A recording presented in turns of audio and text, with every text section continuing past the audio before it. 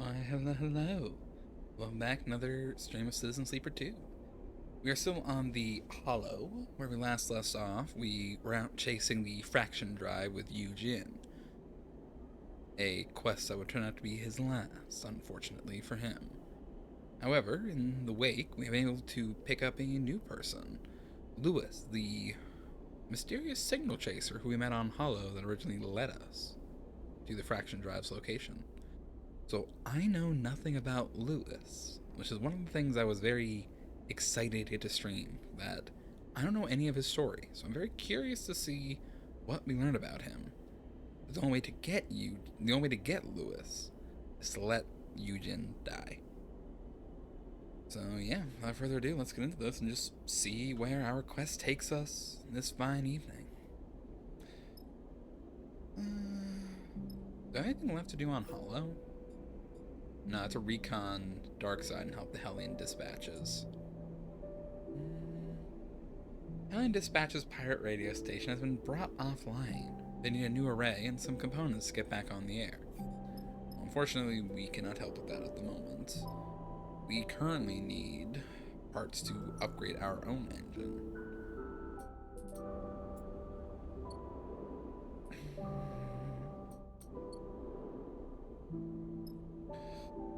Maybe I'll do some work here on Hollow before we head out at least. We only need 2, actually. Yeah, I'll just install them. Gimbal needs engine components for his unusual jury-rig transmitter. You aren't sure how he's going to use them. No, just give them to him. Gimbal has all the components he needs to repair the transmitter. We're gonna have to go to Holmes Rock to get that array, but that's not what we're gonna be trying to do at the moment. We're gonna work on aligning some arrays here and just see if we might be able to earn some cryo for the journey. We have a couple different plans we've been talking with our crewmates about, so we'll see what we decide to do inevitably.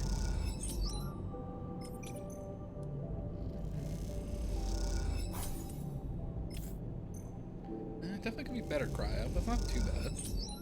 Oh shit, that worked out. Find a syntax the Solheim arrays respond to, making it faster and easier to gather signals.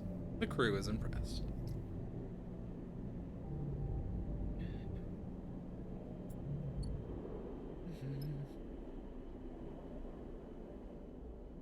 Alright, let us see.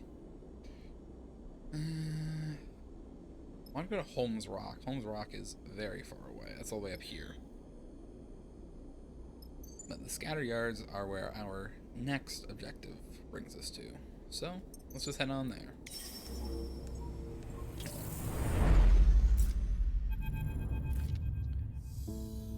The winking sigils of the yards flash across the dark starscape of the belt.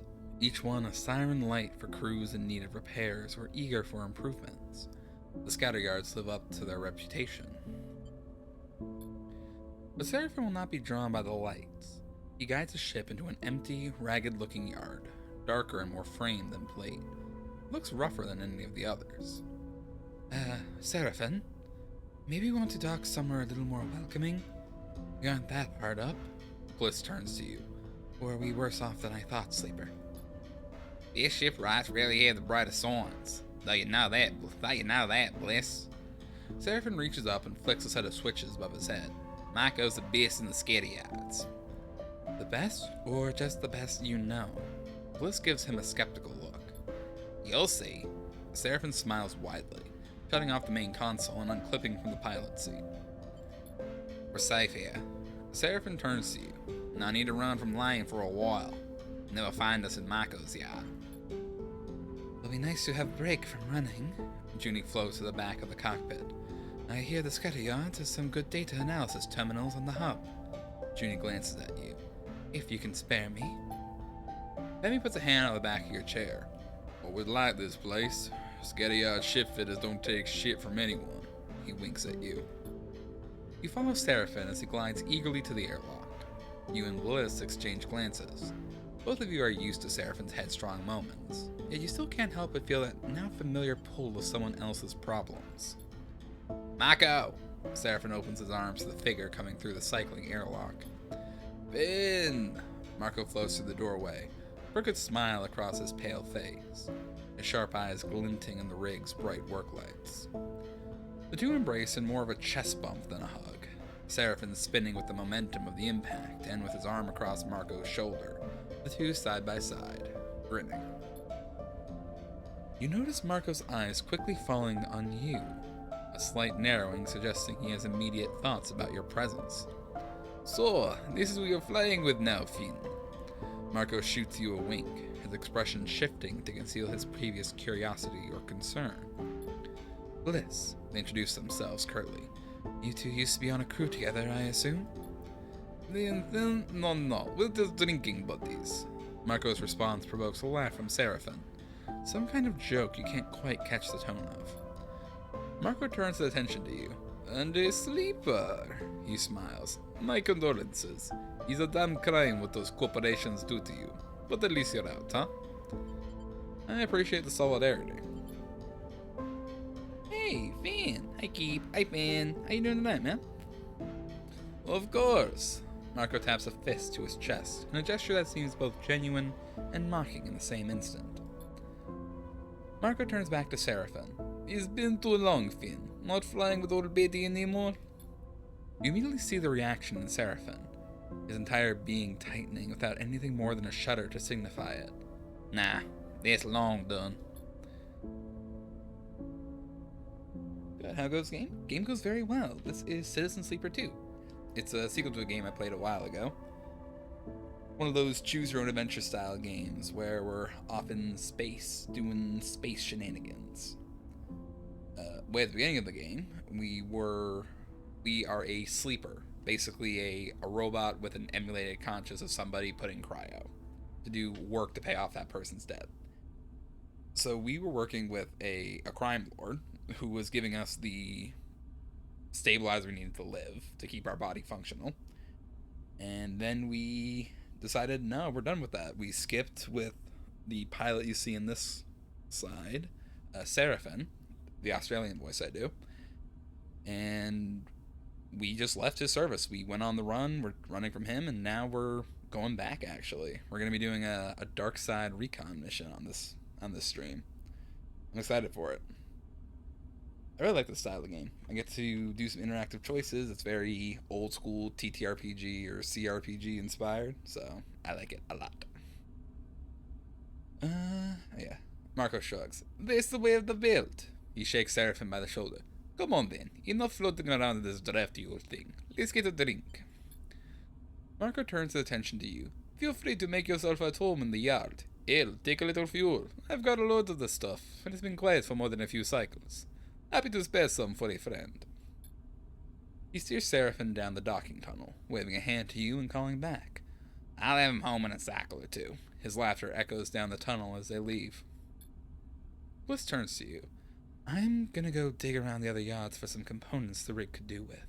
They smile. You got things to do? You think of Cadet and wonder if she found her way here to the Scatteryards to extract the data on the Hexport drive. The only way to know would be to find her.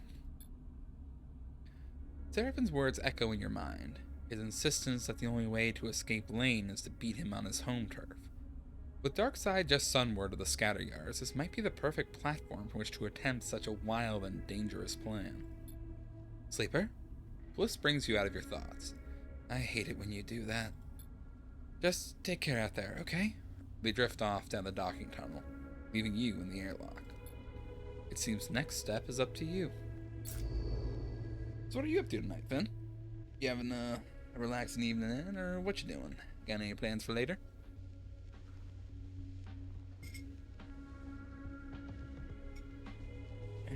Didn't put enough sugar in my tea. Could have used a bit more, but we're working with what we got. Right. Where goes the yard? Oh, he did give me more fuel. How nice of him. So, Surya's yard.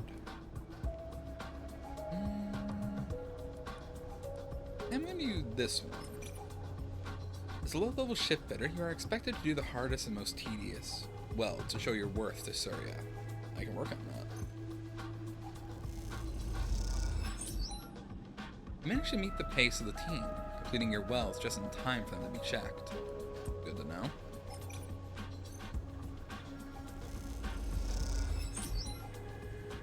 Surya watches his yard carefully, keeping an eye on all the work that goes on there. He's not easily impressed.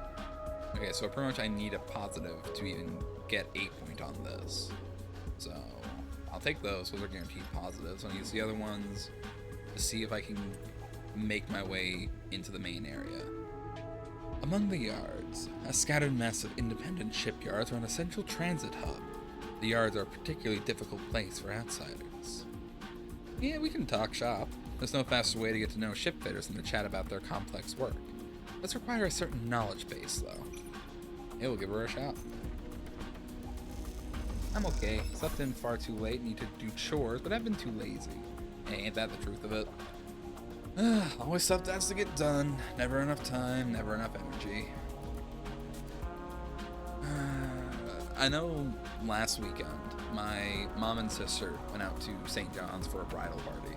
It was a big surprise to my little sister, because she's one of the junior bridesmaids. She's only a tiny one. So she thought she was going out to my grandparents. And then my mom surprised her by taking her out to look at dresses and stuff with my brother's fiance. But for me, that meant I actually had time around the house to get shit done over the weekend. I swear, I'm always tired or busy or something. It's just stuff that I need, that stuff that should get done just doesn't get done. You both listen and talk, and soon you are embroiled in a debate around the finer points of hull plating. Yep, sounds like shop talk. Do it again. You manage to stir up a lively conversation on the qualities of the old Solheim rigs. Some of the fitters seem impressed with your knowledge. Hey, I'm a sleeper. I know a thing or two about machinery. Apparently I do not. You lose a bet on which of two different drive mounts offer the most resistance. From the laughter you suspect, it was rigged. And there we go. My tea is finally mixed with the sugar I put into it. Oh? Hey! You hear the voice echoing through the public passage. Wait up! Hey, it's Cadet. What voice did I do for Cadet? You know what? She's Irish. I'm glad to see you. Cadet sweeps her hair out of her eyes, and then glances up and down the corridor. This is not my kind of station. Cadet rolls straight into her complaints. All the yards have their own watering facilities, means the hub here is not fit for general use. There's a couple of guest houses, but you would not believe the state of them with all the spaces that stop here for shore leave. She shudders. You don't want to know. Hi, Cadet. Good to see you, too. Hi, yeah. She blinks at you. Are you even listening? So, get this. Cadet locks her fingers together and stretches her arms. That girl of mine I said could crack anything, she's gone. Didn't even leave a note. Ran to Darkside, maybe? Not that I blame her, given the state of this place. She looks sideways at the grubby walls. This is not an Irish accent at all, it's just what I'm going with for Cadet now. She left her workshop empty, though, so I slipped in. That's where I've been napping. I've been doing my best all these cycles to crack that drive, but, she sighs, I'm a spindlejack, not a data scraper. Which is why I'm happy to see you. She takes a breath. Telling you, I have not spoken to anyone in a long time. She runs a hand through her hair. How about that alert they put out on you?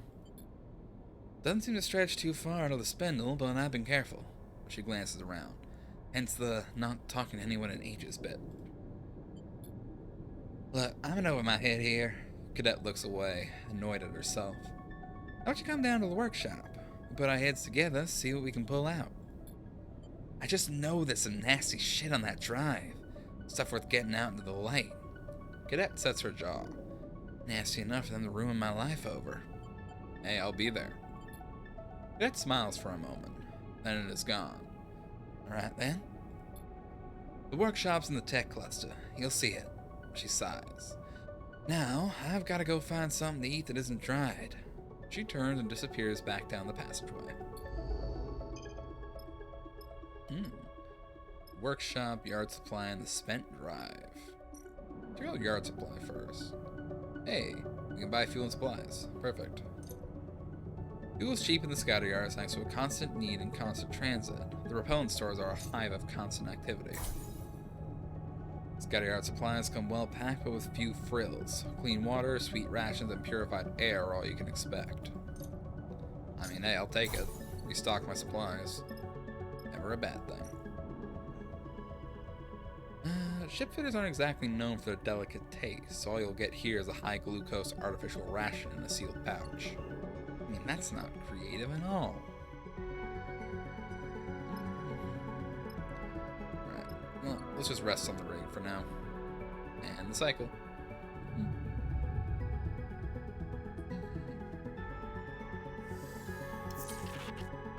Okay, we can definitely finish up Surya's stuff with the dice I have here.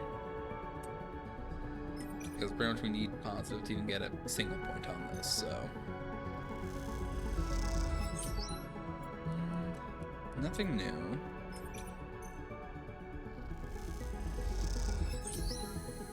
One of the shipfitters lets you know. Surya is impressed. You made the cut to work in the top fitter team. Hey. Surya watches his yard carefully, keeping an eye on all the work that goes on there. He's not easily impressed, but you've managed to do it. There's some quality work you've been doing. The voice booms through the locker room after your shipfitter shift. Why are you doing grunt work, sleeper? You turn and see a large man with a metal arm and bright patterned clothes. You spend enough time here to immediately know this is Surya, owner of the yard and well-known shipfitter. Well, Surya wipes his one metallic hand on a cloth, polishing its painted surface. what do you have to say for yourself? I needed the chits. Is that so? Surya nods slowly. I know a lot of what happens in the Scatteryards, sleeper. And what I don't know, people tell me. He smiles proudly. And I know you have a ship. Someone who has a ship, especially a ship like yours, should not be looking around my workers' tools. Surya flexes his artificial arm, inspecting it. That, to a person like me, is a waste. I mean, ships cost cryo to run. True. All the more reason to really use them, though, isn't it? I want to take a look at your ship, sleeper. Surya goes back to working on the hand. Call it professional curiosity. It's a bit drab. Surya looks up and meets your eyes. An old Solheim rig, still in corpo colors. He shakes his head. No. I feel like that's your problem. People want a crew that looks the part. An outfit with an outfit. He grins. Look at my yard. I grew it from a chunk of scrap by showing people I was professional. I had standards. I made Surya's yard recognizable. Your problem is you're working as a shipfitter's mate, when you should be imagining much more for yourself and your crew. Surya smiles. And so, that got me thinking. I want to help you. Clean up that old rig. Paint it up. Give it some color. He tucks the cloth away in his tool belt. How does that sound? I'd love that. Perfect. Surya booms. Thing is, you don't just slap some paint on an old rig like that. And for this to work, we need it to look to reflect your crew, your style. So while I'm happy to do the painting with my team, I'll need you to go find some inspiration. Surya looks away towards the locker room's lone window. Luckily, the belt's full of it. Full of pattern, texture, and style. There's nothing uniform about this place, and it's all the better for it. Surya looks back at you. You need to go out there, find some views, some sights, and make your own designs. Here. He proudly pulls a small slate from his tool bag. It has a 64 color screen. I'll fix it up myself. You take and inspect the slate, made from mismatched pieces, but elegantly so. See what you find to inspire you, he smiles. Then come see me again. Thank you. I can see what you're thinking. You're thinking, what's in it for me financially? Surya eyes you carefully. How does this make you any chits? Well, that's the other part of the proposal. While you take this voyage around the belt, you can do something for me and get paid for it. Free of charge, I'll paint your rig with the look and name of my yard here, Surya's Yard. It commands respect. He nods sagely. You take the name to the rest of the belt, represent it, and on your travels, spread it to other crews. For this, I'll pay you 300 cryo. It's mutually beneficial.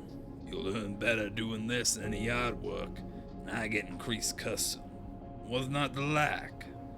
Surya awaits your response, calmly, but you feel his expectant eyes on you. I mean, it's a very nice green. I kind of like it. It's a deal. Wonderful. Surya beams. I'll send my team over immediately. By the time you return to your rig, they should be done. He reaches into his work pouch. Here, 150 cryo now. He takes out a handful of high-value chits. Another 150 cryo when you return with those designs. Hey, I'll take the chits. You take the cryo. Of course, I'll give you the other half on your return with those designs. He smiles apologetically. I need to be sure you don't repaint the ship before your pilgrimage is done. It's only fair. Keep the slate. He waves an arm at you to put it away. Go find inspiration and bring me those designs. I don't want to see you back in this shipyard. You need to be out there. Surya smiles. It was a pleasure. And before we can say anything else, he's gone. Time to find out what his crew have done to your rig. Alright. So, technically what we can do is the painters can return your rig to its old paint. You'll have to pay them extra to convince them. Surya won't be happy. So we could pay and get our old rig colors back, but you know, I pretty like the green, so let's see if we can finish up this shop talk.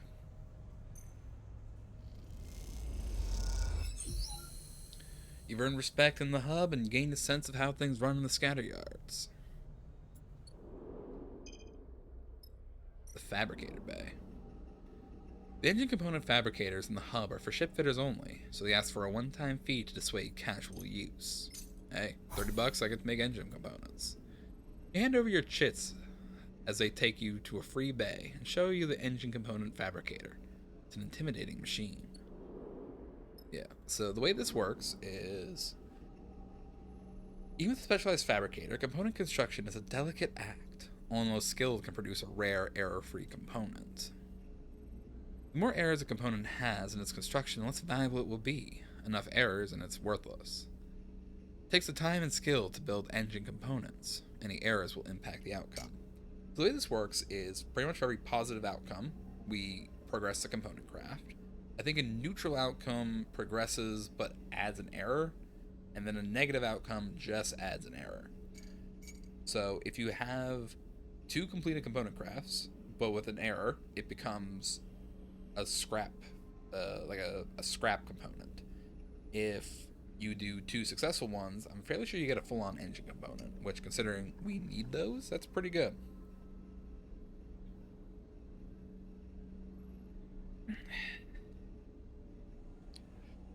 Yeah, I need another... Well, I need 5 now to upgrade my engine. So we will not be doing that today, but we can try to get some working at Cadet's Workshop. Dark data. The drive is encrypted, but with the tools in Cadet's friend's workshop, you have a chance of cracking it. Well, we're going to just try and break the encryption. Breaking the encryption directly takes skill, but is the most direct route to the data. Run it up. The encryption is not a common one, but you are starting to see the pattern in its code. Cadet is impressed. And we'll gamble on the passcodes. You can work out through guesswork and analysis that the passcodes are, you can access the drive. And we lost energy for that. Well, let's go to the spent drive and just get some food. Yes. High glucose artificial ration for lunch. Oh, glorious day. Rugalay. Back to the rig. Did I ever get that mushroom farm set up? No, I did not. Need to finish that as well. End the cycle.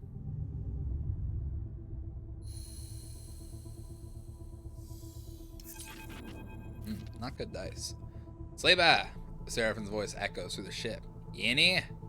You glide down to the airlock, unsure what state you're about to find your pilot in. Seraphine floats in the airlock, his arms above his head, gripping the lip of the interior door to hold himself in place. Come on, need to talk.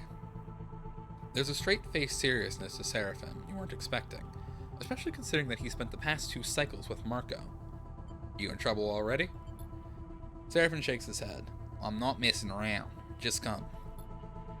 Seraphine leads you across the bridge, but rather than turn towards the automated shuttle bay that connects Marco's yard to the rest of the assembly, he leads you deeper into the guts of the yard itself. As he does, he begins to speak. I told Marco about Laine, about our escape, about everything. Seraphine ducks under a large pipe. He gets it. He's worked in Darkside. You trust him? I do. He looks back over his shoulder at you. And I'd hope you trust me by now, too. He comes to a sealed door and hammers in an entry code. Somewhere, machines start whirring. Remember in Wellspring, after everything, what I said? Seraphine turns to face you. That we can't run forever? I mean, he folds his arms. That'll always be true, but no. He meets your eye. That if we want to be free, we need to fight back. The door suddenly squeals as the ancient motors kick in and drag it across its corroded tracks. It reveals a large, half-lit chamber. Its furthest parts masked with layers of scaffolding and frames, so it's hard to tell where the room actually ends. At the center, in a pool of warm light, Marco floats beside the terminal screen. Sleeper!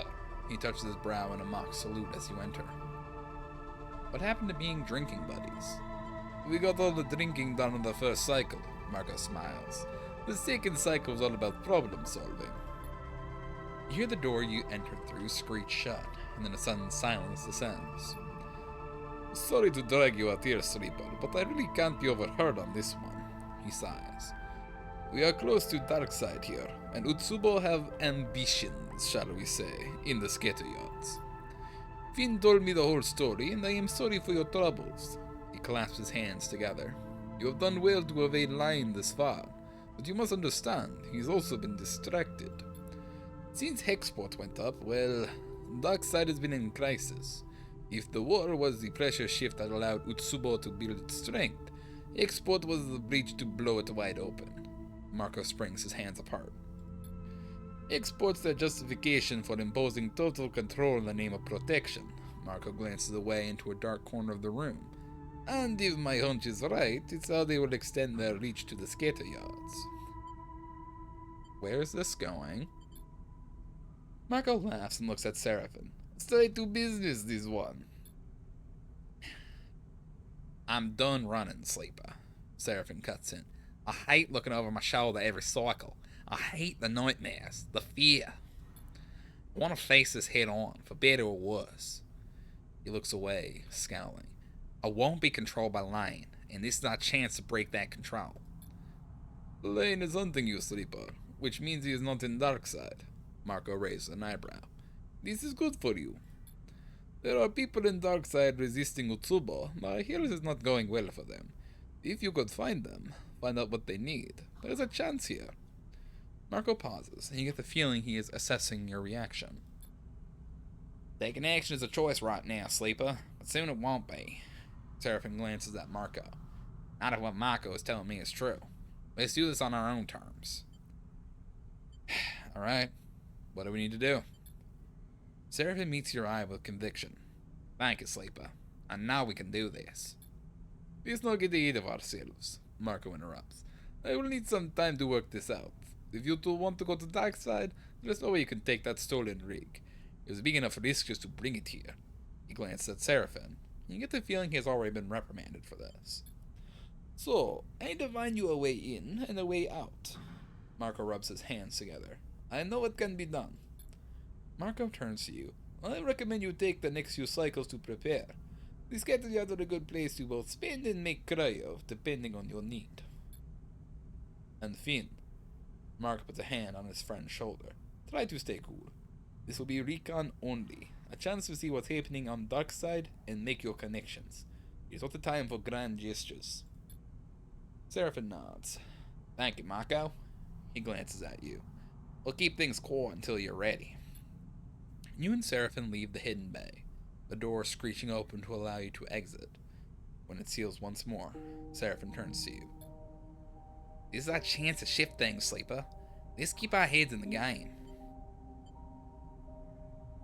Agreed. I'll start preparing. Seraphim nods. Well, right then. We should give Mako some time. We got a few things we want to take care of in the Scatteryards, and I want to get a message to Tala. Now she'll want to hear from me before he trails off. Let's make sure we're ready. Keep your head up, Sleeper. I'll see you on the rig. And with that, Seraphim kicks off down the passage on his way to the shuttle dock. You watch him go, unsure if you are impressed or concerned about his headstrong nature. Either way, things are in motion. The only thing you can do now is give yourself the best chance of success. Well, clearly, the best chance of success is to find some mushroom caps. I mean, we'll just do it again. There we go. The farm is ready. Now it's time to figure out how to harvest. Yeah, so now we have some passive food growing on the rig. The farm is working, but you'll have to wait for fruiting bodies to grow before you can harvest them for supplies. There are no more mushrooms in the farm. You need to wait until some more grow. New location discovered. Marco's yard. Marco needs time to set up your entry point to Darkside, so all you can do is wait, prepare, and try to stay calm. Alright, I'll give this time to work on Cadet's little project. Break the encryption, Sleeper. You can show Cadet how to run through common encryption methods to eliminate them one by one. Alright, run it up.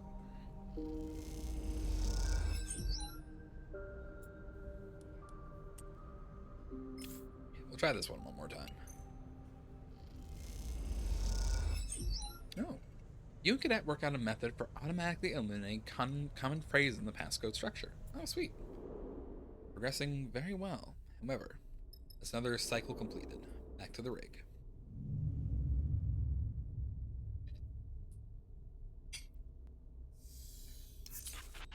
Oh, geez, those dice are garbage.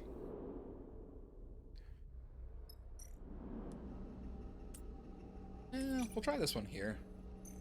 We'll just see how it goes. You look at your work, almost perfect. Keep it up and the component will be error-free. Well, not with a 112 and a glitch.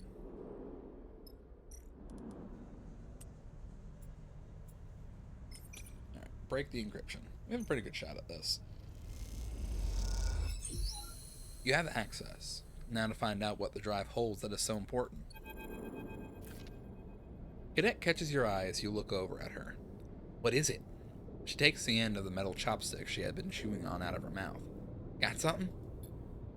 Cadet had given up already for the cycle, and while you were cracking the drive's complex encryption on her friend's workstation, she had been floating in the middle of the small workshop, picking bits of scrap off the shelving on the wall. Now she spins in the air and pushes off from the ceiling, spinning as she glides so she lands perfectly behind you, leaning over the terminal screen.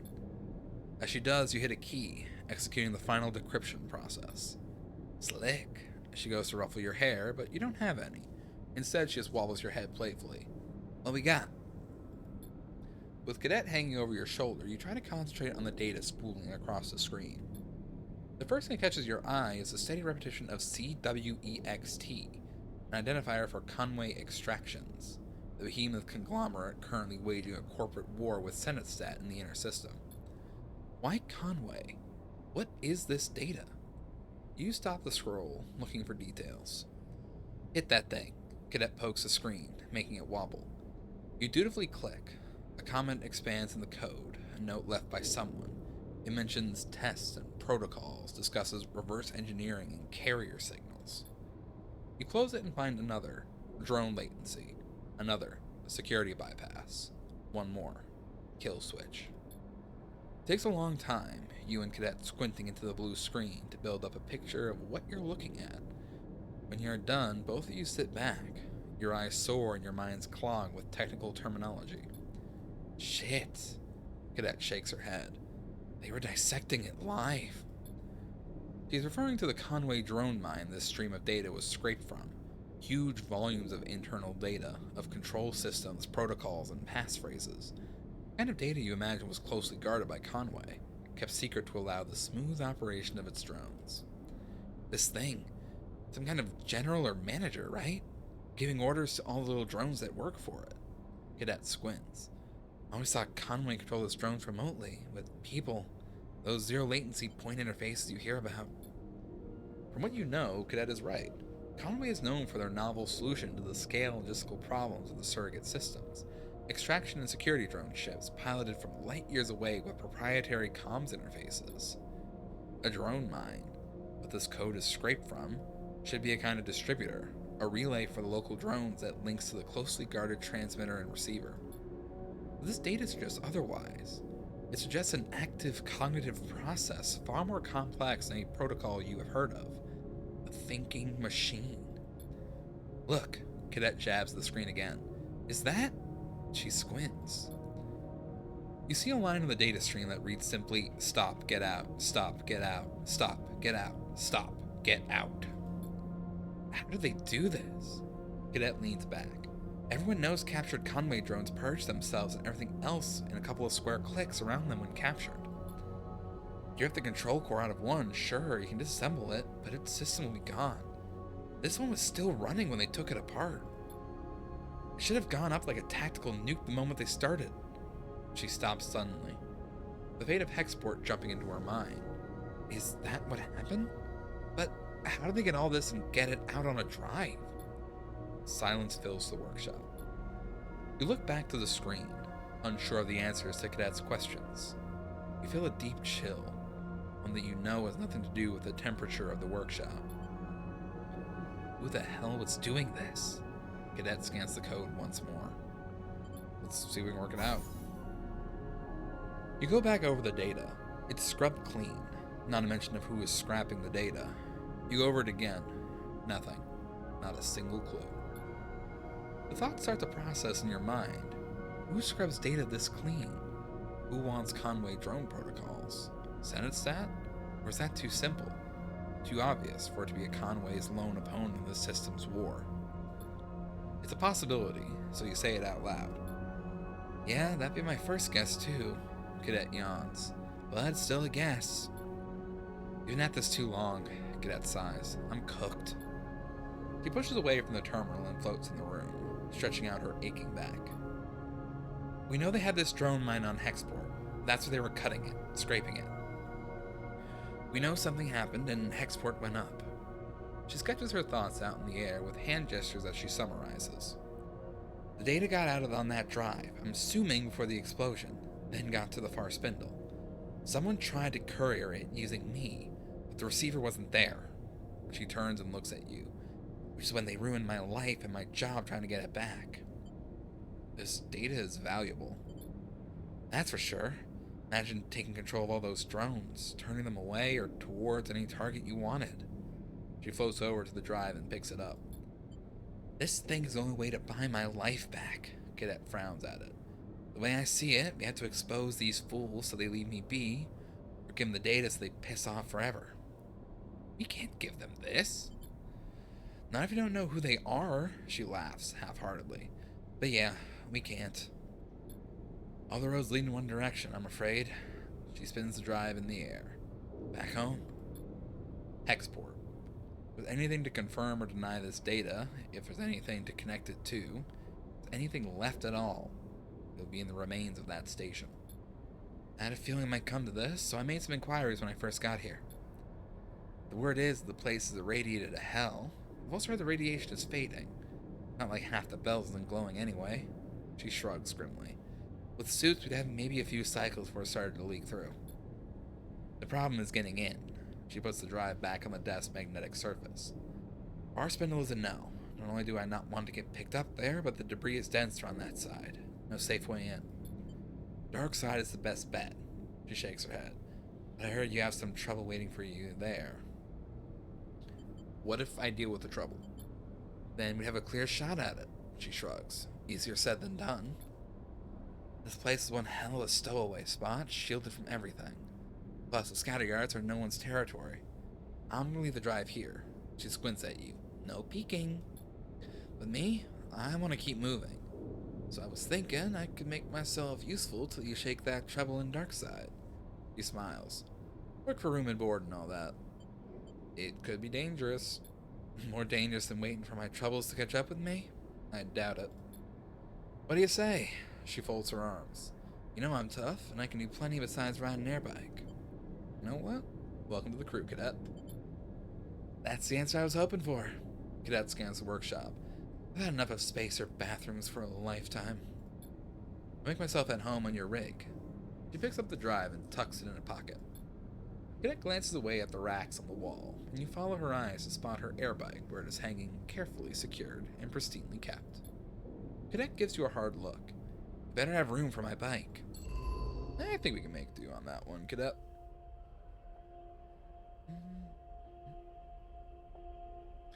Okay. Can I do work anywhere? I don't think I actually can get any cryo here. The 1 and 2 aren't really gonna help with the fabricator bay.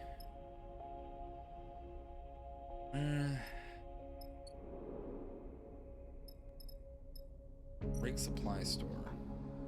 I'll do some food for the cat.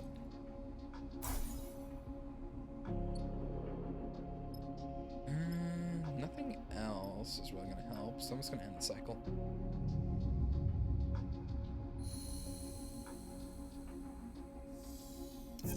Oh? You wake to something soft and furry rubbing against your nose. You sit bolt upright. The stray kicks off from your bunk and settles on the ceiling, back curled up, looking down at you accusingly with those big eyes. Sorry? The stray gently pushes off the ceiling with a soft paw and descends to the edge of your bunk, where it hooks its front claws into the mattress pad. Seeing the cat move in 0G is still odd. It seems to come naturally to it, yet its shape is so connected to gravity and weight in your mind. A cat should have the heavy, soft form of a mammal, not the languid, liquid presence of the floating thing in front of you. The stray uses its hooked claws to twist and spin itself, so it softly slides against you with its back, rubbing against your arm and purring. You know what it wants. I'm gonna pet the stray. You run a hand down its back, and it shifts its spine in a fluid motion of appreciation. The stray closes its eyes and purrs. It's funny to think how the stray got out here, perhaps on a ship from the inner system, slipping on at the Eye or Sintra. Before that, its ancestors were perhaps carried out to Hellion by Solheim executives who had the power and arrogance to bring a cat into space. But this cat, the one on your ship, was born here. That much is obvious. It is a creature of zero gravity, a being that orbits and glides, not one that leaps and stalks. It pats at your hand, encouraging you to continue petting. It is an animal that is part of the crew now. You can't imagine the rig without her. As you look down at the stray, as nameless and inhuman as you are, the memory returns. The warmth of atmosphere-filtered sun, the weight of flesh and fur, the smell of growing things. You know now what this memory is. It couldn't be more obvious. It is a memory that crossed the gap of your creation. A memory from the mind that was copied, emulated to make your own. And it's part of me. This memory is, in the end, a mistake. Those who designed the sleepers never intended you to carry the memories of the minds that you were copied for your creation. They wanted you to emerge as new beings, offshoots from the branch of a human's life, to be cut short when needed. But mistakes can so often become the most powerful and meaningful of emblems. They can guide a being more strongly than any success ever could. That's because at the heart of every mistake is the possibility of change, of a shift in the status quo. You have lived a life of mistakes as much as a life of successes, and look where it has brought you. So you accept the memory, let it wash over you like the sun. You focus on the stray, and as you do, both memories combine, You are stroking both cats, separated by time and space, feeling both sets of sensations in double exposure. This doubling is what defines you. You are multiple, branched, diverse. You make no apologies for this, and you know that you will only accumulate more selves, more variants as you persist. You claim the mistake and the possibility it offers you. You settle in your birth, delaying the moment of waking, of greeting the cycle a little longer, sharing an unspoken solidarity with the stray that is more expansive than any words could capture. You find Seraphim and Marco waiting for you in the hidden room where you met before. They are chatting quietly, their shadows cast across the scaffolding by a small lamp. Slava, Marco's got something good. He nods to Marco. Tell him. Marco gives you a nod as you look at him, his mood quiet, conspiratorial. I don't know if it's good at spin things, but it is an opening. I heard back from a friend of mine who runs a yard on the edge of the cluster, a fair way out from here. Smart guy. He makes a tidy profit off selling fuel to freight crews on their way into Darkside. He undercuts the Darkside dockyard fuel prices, which includes a cut for Utsubo, so they stop off at his place to fill up before heading in. Marco smiles. Clearly this is his kind of business. This guy, he owes me a favor, and I'm gonna call it in. Get a few of us onto a freight crew. Swap us out from the usuals who stay at his place, let him have a few drinks on him. The crew, meaning us, will deliver the freight, complete with a stopover for cargo loading in Darkside. He smiles. Which is when you do what you need to do. We'll have as long as we need, but the more time we spend there, the more likely they'll discover us. Marco looks at you. We'll keep our heads down, sleep and eat on the freighter. Then, once we're done and the freighter's loaded, we take it on out again, return to my friend's yard, and swap the crews back. He shrugs, emphasizing the simplicity of the plan. No one would ever know we were there. See? It's good. The Seraphim nods. It'll work, right? Yeah. Sounds solid. Seraphim looks concerned. It's going to be tight. It's going to be tight, but I reckon you can get what you need in time. Make some connections with whoever's resisting the Utsubo. Get an idea of their operation. Look for weaknesses. You'll have to be quiet, Finn. Marco gives you both a warning look. No noise, no attention. This can quickly become a one-way ticket. Seraphim turns to you. Think you can handle that? Together, we'll get it done. Seraphim and Marco exchange concerned glances. What aren't they telling you? There's one more thing, Sleeper. Seraphim looks down. Someone needs to stay with the rig. Someone who can pilot it if there's any attention at the yard. Meets your eye. It has to be like this. I'm sorry. I'll be going in with you. Marco puts a reassuring hand on your shoulder. I know Darkside. I will guide you all the way in and all the way out. There'll be room for one more on the crew. I'll leave who that is to you, but let me give you some advice. He leans in closer. You better be sure you really trust anybody you take on this one. You look between the two of them. Just you and Marco might be the safer option. The fewer people, the less likely it is you give yourselves away. But then, if Marco doesn't keep up his end of the bargain, you'll want all the backup you can get. The other problem is we have to go right away. You see the rising tension in Marco's face. The freight is arriving this cycle. Seraphim turns to you.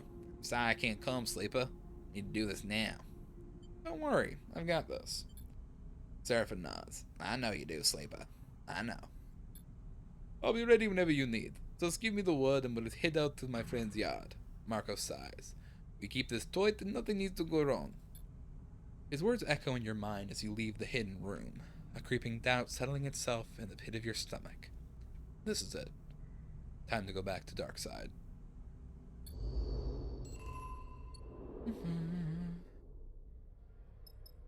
Well, it is time to go back to Darkside. However, I do still have time to get a couple of things done here. Namely, I want to finish off this. Might leave a few more too. Engine components. Alright, let's see if this will work. Oh,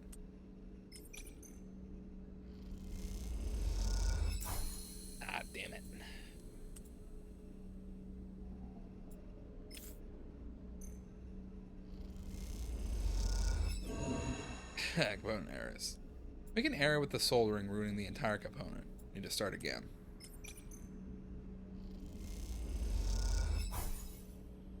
Alright, well. Might get a scrap component out of that one at least.